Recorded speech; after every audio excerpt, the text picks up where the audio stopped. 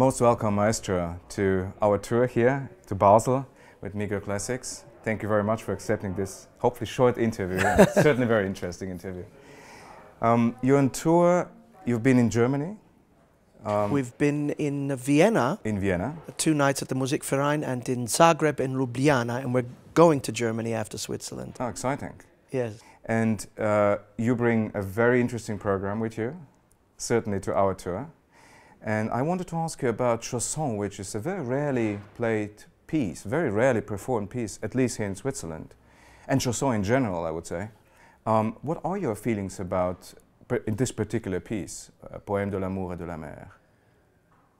The original reason we programmed it was because it was coupled with a piece by Elgar called In the South, right. Alassio. Very flamboyant. Very overture, flamboyant, yeah. 20-minute orchestral tone poem, and which spoke of the Mediterranean and Italy and this region in Liguria.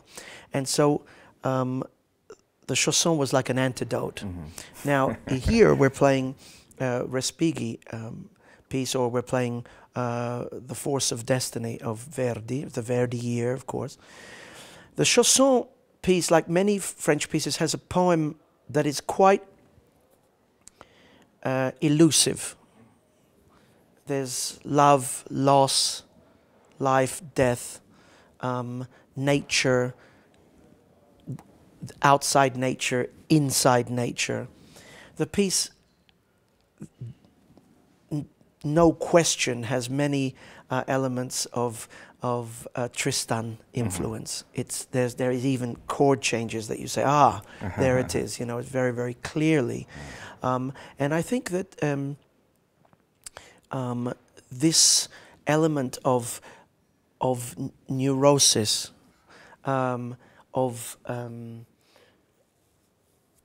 being in a state of mind, almost drugged state of mind, is it's a very French thing, I think. Very 19th century opium thing. Exactly, and but it has a perfume all its own, and that's exactly right. I would agree with you that it has something of the opium den in it. Very, very sad at the end. Very, very bitter, but very, very beautiful. And it's 2 songs. So here we have a mezzo-soprano, Marie-Nicole Lemieux, wonderful, wonderful French-Canadian singer. And in between, you have an interlude which repeats the theme, which is almost like an obsession. It comes over and over again. Very French again. Very French again, and beautiful bassoon solo, beautiful cello solo. Absolutely beautifully gorgeous. orchestrated. Absolutely, and very simply orchestrated. It's very strange. The effect is greater than what you see on the page. That's rare, actually. That's very rare, because usually it's the opposite. Yes, yes. But it's quite amazing, because as I remember, he wrote this piece shortly after his first going to Bayreuth, and he was very impressed by witnessing Parsifal. But then he turned away a little bit from Wagner, I think, in a way. I mean, he died very young at the age of 44. But what I was impressed in his music is, I didn't know that he was more or less self-taught chanson. I mean, he came out of a quite rich family, which is quite an exception. I didn't know that myself. I think what's very interesting, it's interesting that you talk about Bayreuth, because you know, Debussy, for instance, made fun of Wagner in some of his piano pieces. You know, you know, he would. There was a love-hate relationship with the French composers with Wagner. They felt that they had to, no matter how drugged they were by this music, they had to find their own identity, and this is very, very important for them. Of course, you know, Debussy goes on to write Pelléas et Mélisande, which has so many echoes of Parsifal, you know, it's, everywhere, and yet the greater search is for a French identity. But isn't it very interesting that Frenchness in music almost, and being ephemeral and elusive, and that's a characteristic. But it's not a solid. It's something that's more mysterious, but I would imagine that for very talented composers, something difficult to accept as a musical identity. Of course, absolutely. And it's great because when I was listening to this piece, and I was so much reminded, of course, of Wagner, but also of Debussy and of Pelléas and Mélisande. There are so many things which are, many years before, written, and Debussy somehow was inspired, I guess, by this music. For me, the greatest fascination in the piece, besides the Tristan elements, of course, there is a direct quote from Turandot, except it was written more than 20 years before Turandot. Really? Yes. Amazing. It's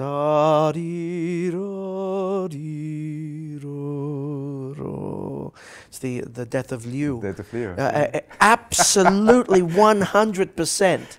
And, you know, and of course I went to look back at the dates, you know, and of course it was way before. Amazing, amazing. It really is. That's maybe the reason why people don't play it so often.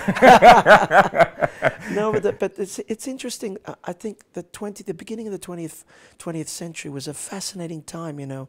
I mean, we're also doing on this tour Mahler 6 and all that stuff, 1904, 1906, you know, okay, Puccini a little bit later, but Bohème is early in the century and the end of the 18th century, and all the different styles. It's amazing. The fin du siècle in Europe was probably the most exciting time one can imagine before the First World War. But talking of which, I mean, 6 Mahler on tour and then Pathétique. I mean, Tchaikovsky. That's quite heavy. How do you bear this? I mean, it's well, I tell you, emotionally,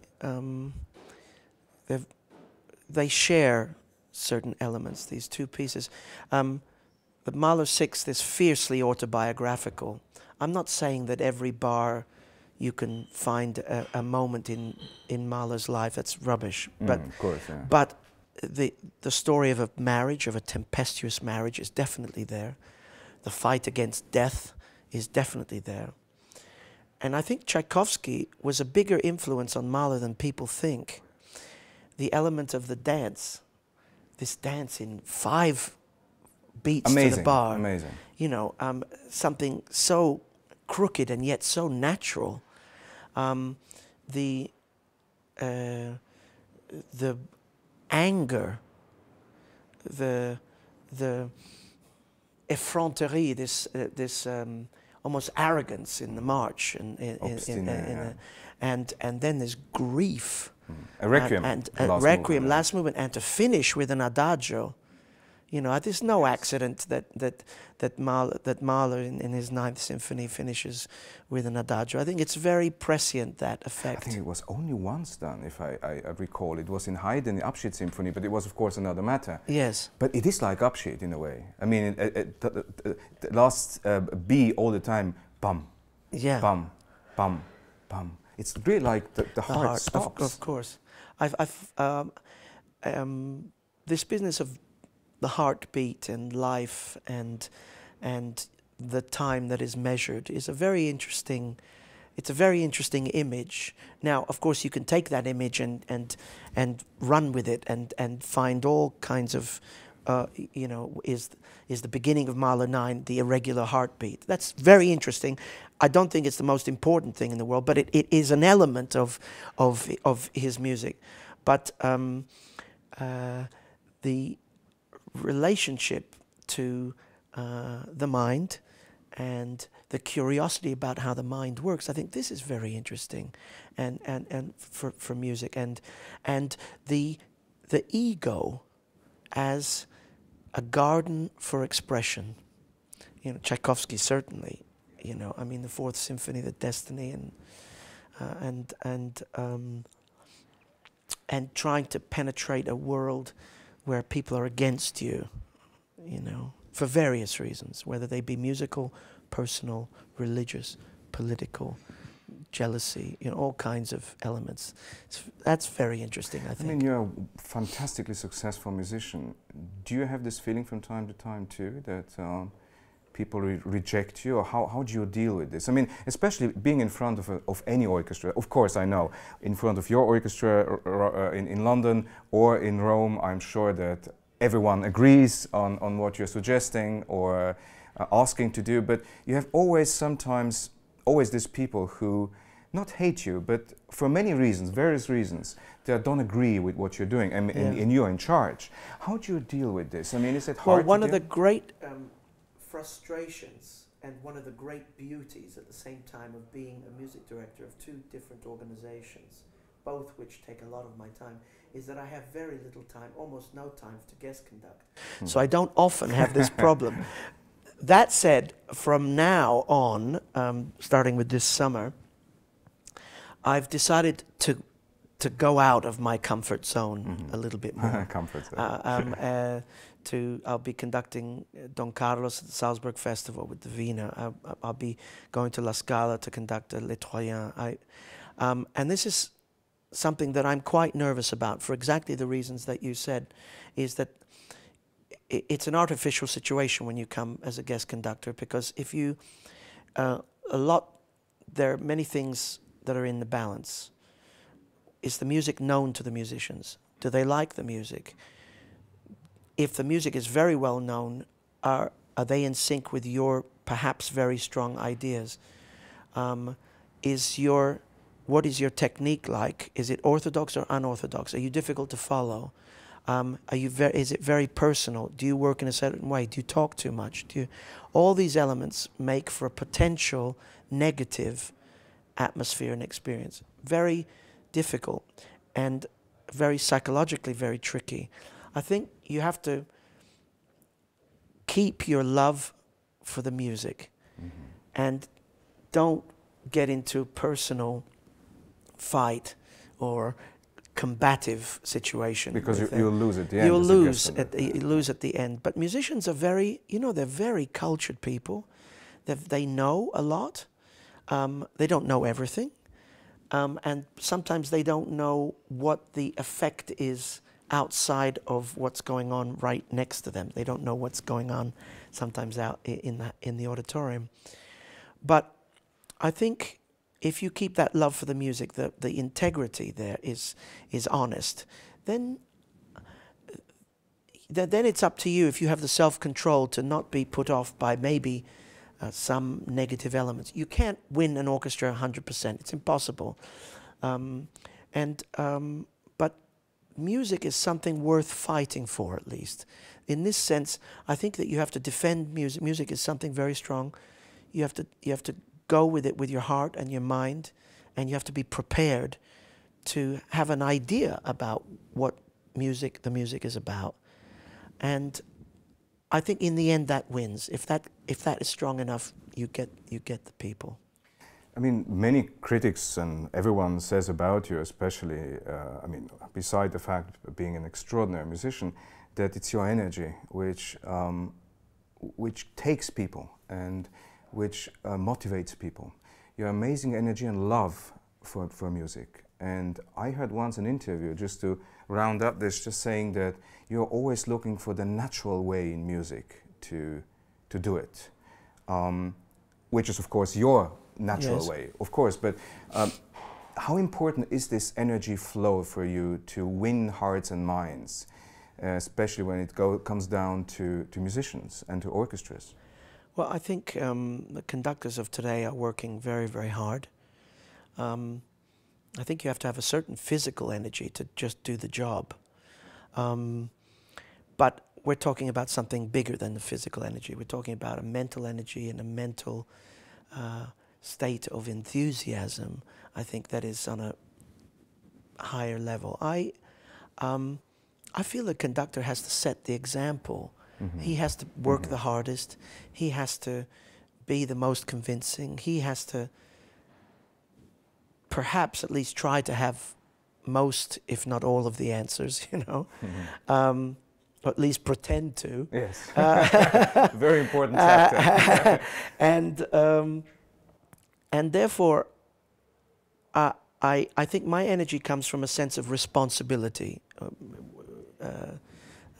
responsibility for the music, but responsibility also for my musicians, for my organizations. I have a symphony orchestra, I have an opera house, and I feel that I need to be the one who is somehow leading the way so that everybody else at least has a focus. I'm not saying that everybody agrees with you or you know. You wouldn't go as far as Napoleon said, "He même me suit." Yeah. Anyhow, they have to follow you. Yes, and I think today, being the face of an institution is very important. Identity is very important today. For any musical organization, especially orchestras, you know, there's a incredible proficiency in orchestras today. Somehow they're all good. And what makes them better than good, you know, or and special, and you know, what is it in the sound? What is it? You know, this fascinates me. So I'm ever curious, and the repertoire feeds me. Has something to do with language. I speak English, obviously, Italian, French, German. So, therefore, all those corners of the repertoire. Unfortunately, I don't speak Russian, and I conduct a lot of Russian music. Not yet. But those different ways of making music, and there are different ways of approaching music, fascinate me. And I think you never stop learning that or trying to come to terms with the difference in the agogic of music, the difference in the rhythm, the difference of how a language works. You know, Italians go forward. You know, German is more vertical. That has an effect on the way you conduct the music, and I think that is very, very, very important element to keep in mind. So you're saying that part of your energy, which is certainly given by nature, fortunately, it's in your curiosity, which is certainly also given by nature, and your education, which I think is very important. And I've read about your parents and about their life, and I think this is something which is very important for any life. What is the secret really of keeping this energy going? Because I can imagine sometimes you must feel drained, because even after a great performance, actually I would say after a performance which you wouldn't consider great, which you would consider professional, good, but you were not 100% satisfied, then I think one feels a little bit drained a little bit. Yeah. How do you get back to it? Is it really always the love for music and the passion for music which makes you going? No, I think it's really good wine, actually. Life is too short for bad wine. I think that you have to be honest with yourself. You know, if it doesn't matter how many good reviews you get, it doesn't matter how many bad reviews you get either. If you're honest with yourself, you find the energy the next day to get up and do it again. Who else? Do you have someone? Because I can imagine that this is a very hard business, because one is very lonely in a way, as anyone being in charge. But do you have people you trust so much that, and they trust you and they love you so dearly that they could be critical about your performance? Well, my wife, she doesn't say much. She says 2 or 3 words, and I understand a book of what she means. You know, if you have a relationship, a marriage where you've gotten to that point, I think that's very, very valuable. I tried to. By nature, when somebody gives me a compliment, I always look behind the compliment, trying to see what are they not saying, or what are they saying really. Yeah. That's just me, and that's not fair actually. But I think you. Well, it's a difficult one. You're getting. It's a difficult subject. Of staying honest to yourself, but what gives you the energy to come fighting back, especially when you're not happy. It's probably given. I think that, you know what, I think in classical music and in art perhaps, you know, we think of masterpieces, but music is dead. It's a book that you have to bring to life. But you treat it with respect, music. You treat it with love, honesty, but you have to be tenacious also. You have to wrestle with the music. You know, you have to decide. I did Matteo's Passion for the first time a couple of weeks ago. You have to make 1,000 decisions. Yes. But you can't just say, oh my God, this is just great. You have to, the better the music is, the more you have to wrestle with it. Personally.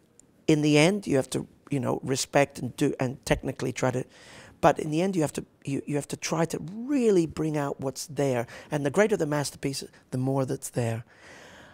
So the fight is never over. That's what you have to keep coming back and trying to develop and make things better all the time. That's what keeps you going, I think. I think it's just wonderful. And not be afraid to not think that you've either arrived, oh, I've achieved everything I can with this piece, but just keep asking, keep testing the orchestra, keep challenging them. Come on, you know, look, are you really saying what is there? Is it really speaking? Is it, you know? And I think, as you said, yeah, wrestling. I think yeah. that's great. Don't be afraid. That never yeah. ends. Yeah. Mm-hmm. But if you just stay on the surface of the music, you'll be in the wrong world. Music is something where you need to get dirty. You need to.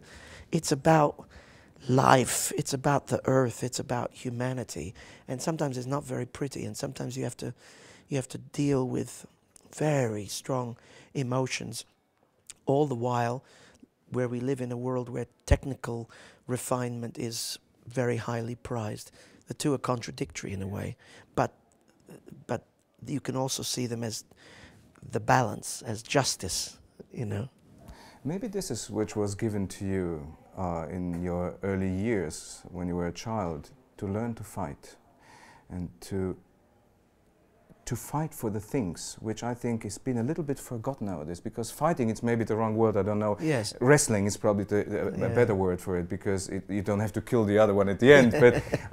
But isn't that also the problem nowadays, with maybe a new generations of musicians, that we have sometimes forgotten how to fight? Everything is given, maybe in a way more easily than other things. I'm not saying that nowadays it's easier to make a career than it used to be, it's different. But everything is given in the other way to us. I mean, we have a multiple choice in anything. We can say yes to anything. We can say, yes, I will play this concerto, I won't play this concerto, I feel good, I don't feel good. And isn't that a little problematic nowadays, especially because, as I understand, music has to be fought and wrestled for? Yeah, it's a complex subject, because we want people to be exposed to music. We have music schools are full of talented people. My hope is that they learn about what music really is, about what the possibilities of music really are.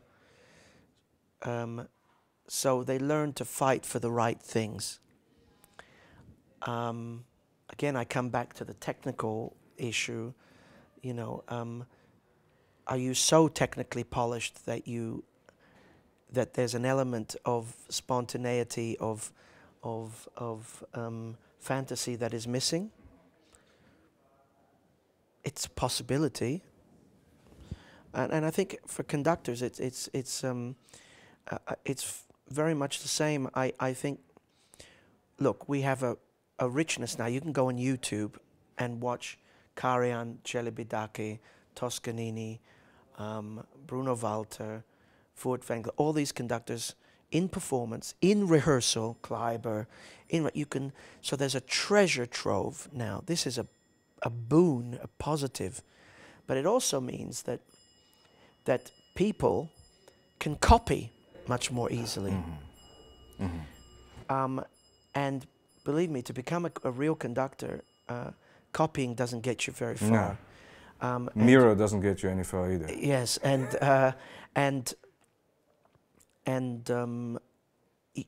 you've got to develop your sense of how you distill information. When you look at Karajan rehearsal, Kleiber rehearsal, what do you get from it? What is he really doing? you know, you obviously cannot do that the same way when you get up in an orchestra. What are you actually gleaning from the experience? And I think these are the hard questions. Is we're exposed to so many millions of things from the internet and all this stuff. What are you getting from it? What are you taking from it? Are you taking the right things? This every person has to answer for himself, and it will feed only a small part of you. The rest has to come from you. You have to fight for it. You have to fight for it. Thank you very much, Maestro. Thank you. It's a great pleasure to talk to you. Great pleasure.